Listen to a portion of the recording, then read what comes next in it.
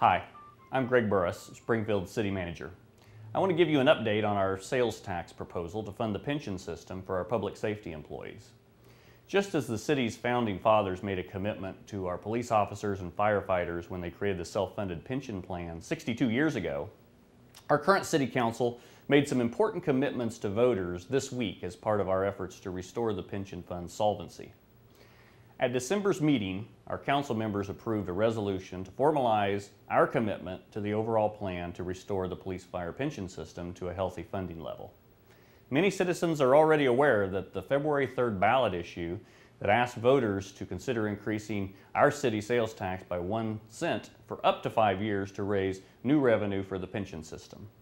The pension fund has $295 million in obligations to its members and $97 million in assets. That leaves a $198 million shortfall. The plan's actuary told the pension board that it needs a large infusion of revenue over a relatively short time frame to improve its fund balance before it gets even more out of hand. This is the most important piece of the plan to improve the pension fund.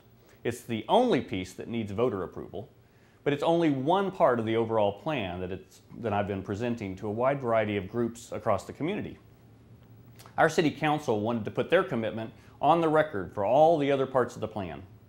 They wanted to join me in putting our credibility on the line by approving a formal resolution. Now please understand that a current City Council cannot bind the actions of a future City Council. That's the way our city charter was written, and that's typical in government. But their action creates an important precedent for the city's commitment to these points. So what are they? Here are the elements of the plan City Council has now formally committed to, if the tax measure passes in February. First, the city will not ask for any new citywide sales taxes for the duration of the sales tax, which will last a maximum of 5 years. Next, the city will increase its contribution rate by 1%. This means the city would put 29.88% of police fire payroll into the pension fund while the tax is in effect. After that, the pension board's actuary would determine the contribution rate based on the plan's funding level at that point. The police and fire employees will increase their contribution rate in 2010, and the actuary will determine that amount in 2009, and it will take effect the following year. Next, the city will close the existing self-funded pension system if the tax is approved, and all new police and fire employees would be enrolled in the larger statewide loggers retirement system that covers all other city employees. There is a specific plan within loggers for police and firefighters, and it is a very similar plan to the benefits provided to our current employees hired since July of 2006. These newer employees would also have the option of moving into loggers plan, and we think many of them would take that opportunity. Now this still means the employees and retirees in the city's original Tier 1 plan would be in the self-funded system, but basically this would start us down the road of getting out of the self-funded pension business. The city will identify any possible assets to sell where proceeds could be returned to the general fund, which is where the funding comes from for the pension system. The city's internal auditor is already in the process of identifying potential assets that could help raise revenue for the pension fund.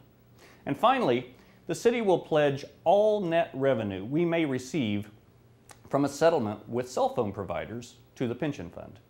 This started as a $10 million commitment that would make the city whole from the 4 years it didn't make its full contribution to the pension system.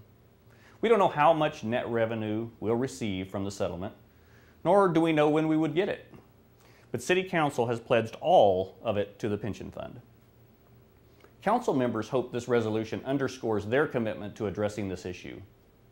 They made this one of my top priorities when I was hired for this job in the fall.